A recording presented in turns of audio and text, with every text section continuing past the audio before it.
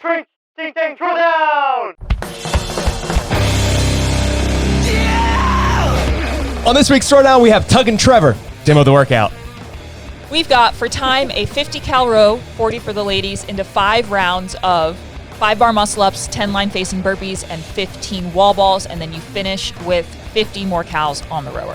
Hey, Chili Willy! What's gonna be a spicy one? What else? What else? I don't know. What does Max say?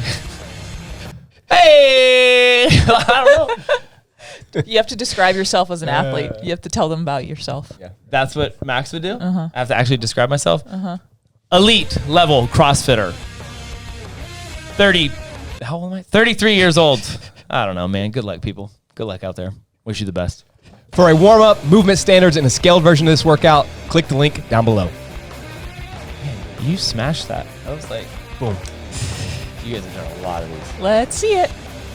Let's see it. And ladies and gentlemen, we got T-Money Mayor on the rower T-Money. and in the building. You have T-Money. You didn't Trevor Tug. All right, so Oh, boo. for all the... After all the hype, you didn't even hit a Trevor tug. I just love that that was the most viewed video 1.1 million of views. TTT's video. So all this awesome information you guys have been putting out for years and great Turns content. out, all you got to do You is guys tug. just make up a new Trevor Tug, and you guys will blow up. Just keep doing it. The internet's a the, weird the, place. the amount of hate that you get on that Well, post hold is on. Honestly, hilarious. I was watching this. I was like, no way I was rolling that fast. Like, seeing the calories count, I was like, what is I happening? sped it up. I sped it up. All right, so you got a 50 cal buy-in. Was your goal just like hold around 1500 the entire time? Yeah. I knew kind of if I could hold around 25 a minute, that was kind of right where I wanted to be at, just knowing you could redline too early in this and put yourself in a hole that I knew if I stayed there, I'd be in a good spot. All right.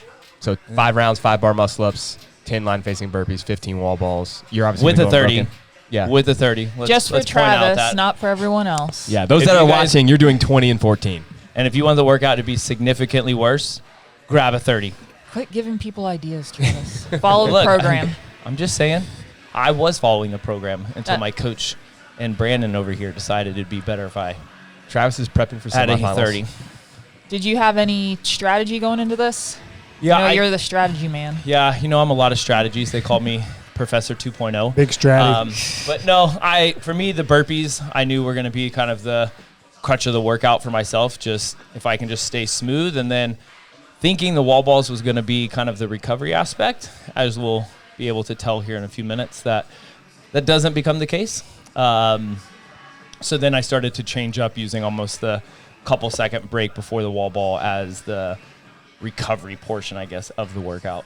Yeah, this is tricky. For most people, it's going to be a lot of shoulders. You don't realize you go bar muscle up to burpee to wall ball, the shoulders will blow up, or maybe even your chest. So just be thoughtful of that, and it's okay to break the wall balls. Like Travis, I'm assuming you go unbroken on all of them. I do go but unbroken. Yeah, but for most people, like if you do 10 and take a little second, 3 seconds, 5 seconds, whatever it is, do 5. That's perfectly fine in this workout. A wall ball break is such an easy break to take because you're not really losing a lot of time. Picking it back up and restarting the set takes basically no energy. So that's a great spot to let your shoulders relax for just a second. Yeah, I feel like for me personally, I'm weird.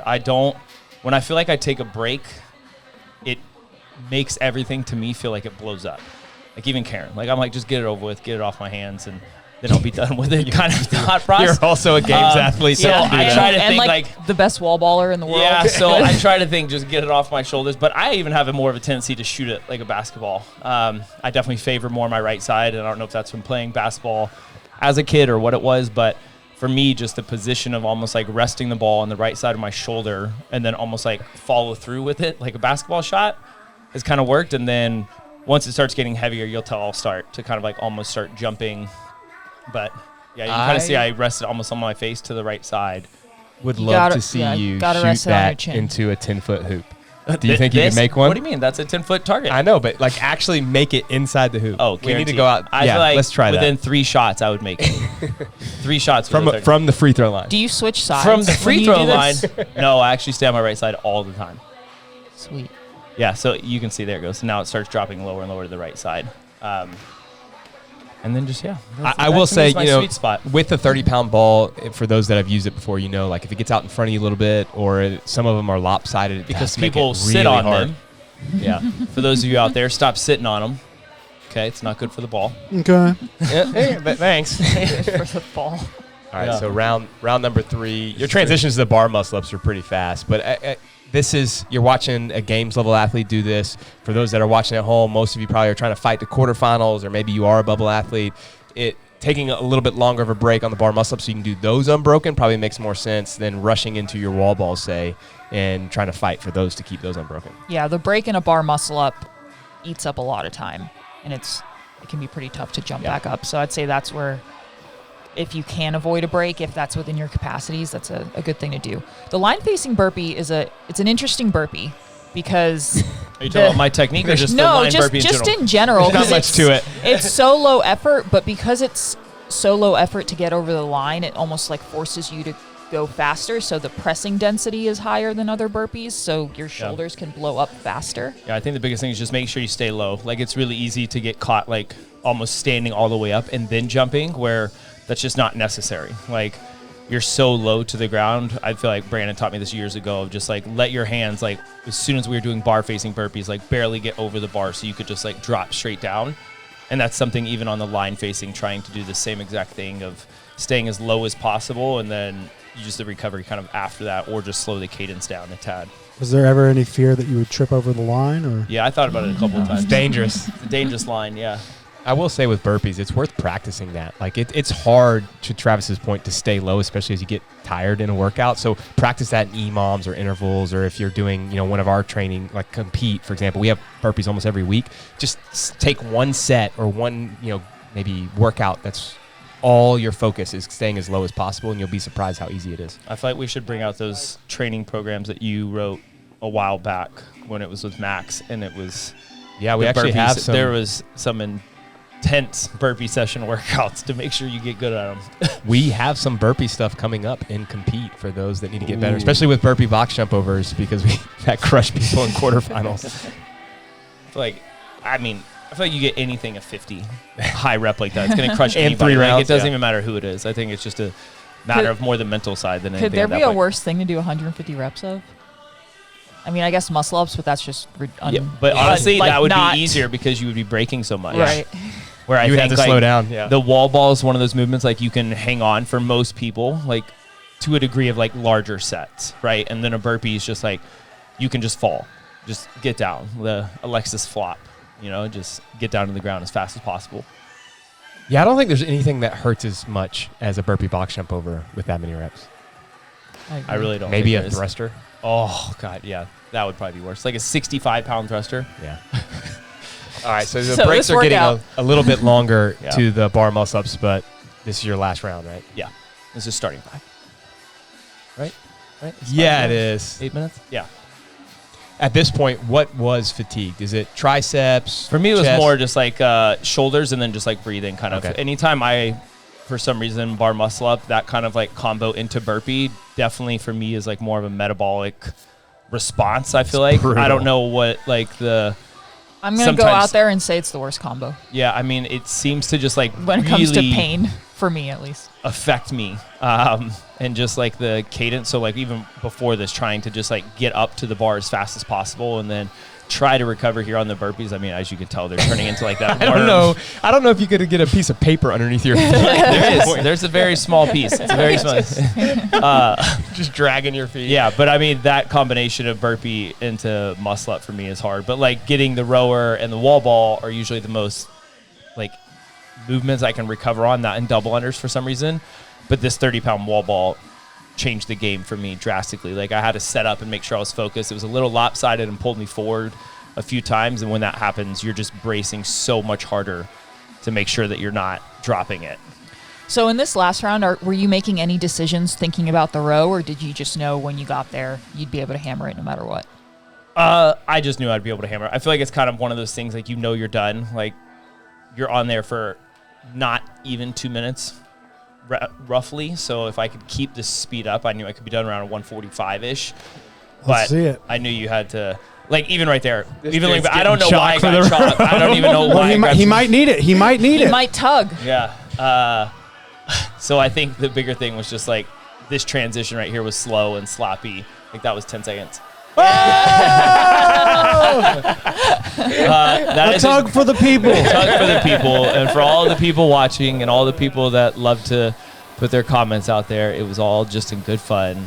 And as you can tell, Dude, I didn't row the that. hate is real. It's crazy. Like people man. get so passionate. Were people really upset? Dude, about I'm it? talking like like he might as well be rowers, Satan. like professional rowers, were constantly commenting like, "You will never be able to do this. Try this in a boat." And I'm like, "Dude, it's a joke. It's on loop." Someone was like, "You'd be in the water." Or something. Yeah, like yes, I would be. But it's funny though, the amount of people that wanted to chime in on that and really blow it up. That's all. I need to check them out now. Dude, That's it's awesome. over 1 million views. Like, how stupid is that? So you're back up to your 1500 pace. I'm guessing you're going to keep getting a little bit faster toward the end. The one thing I would, like looking at this video, obviously he's going to go really fast, but that transition from the wall ball to the row, if you're trying to win this Sloppy. workout, yeah, you got to make that a little bit faster. And just even if you get on and let's say that you're a mid-level rower, just row at an easy pace, get a couple calories, and then settle into Ooh, whatever that your pace is going up. Oh, there he goes. Once you get over that halfway mark. Yeah, you got to go.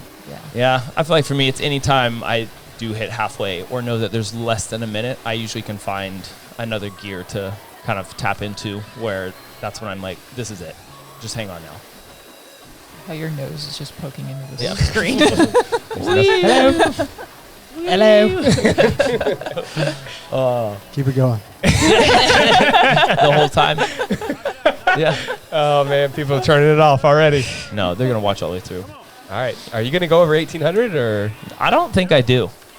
I think I stay pretty close to this point. Like, Still it good was getting execution. pretty hard at this point. See what I say? Just under 2 minutes. Come on. I had finished under 2, right? Finished under 2. You did. Yeah, 11:59, baby. Ooh. Gus in the background. Shout Gus out to parents. Gus. Gus. All right, guys, Yeah. go beat that score. Nothing like ended on a row, ladies and gentlemen. Let's go talk to the man. Trav, you want to talk? Just me and you? Let's talk. All right, here we go. Here we go.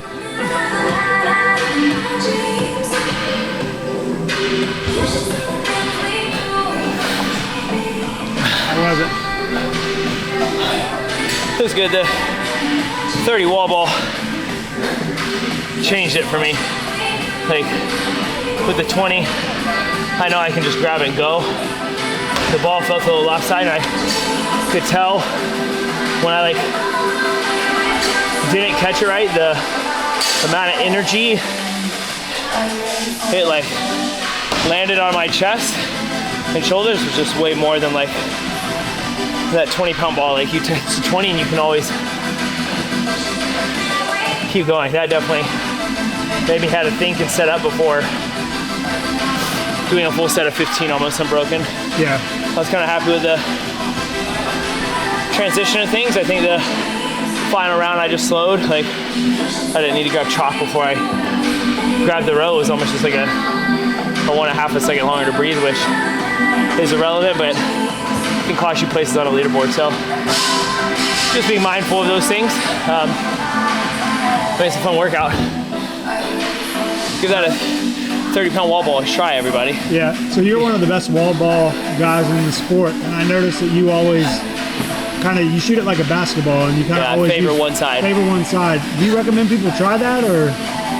I mean, I think for me, I figured out what works and what allows me to kind of recover and keep pressing the ball.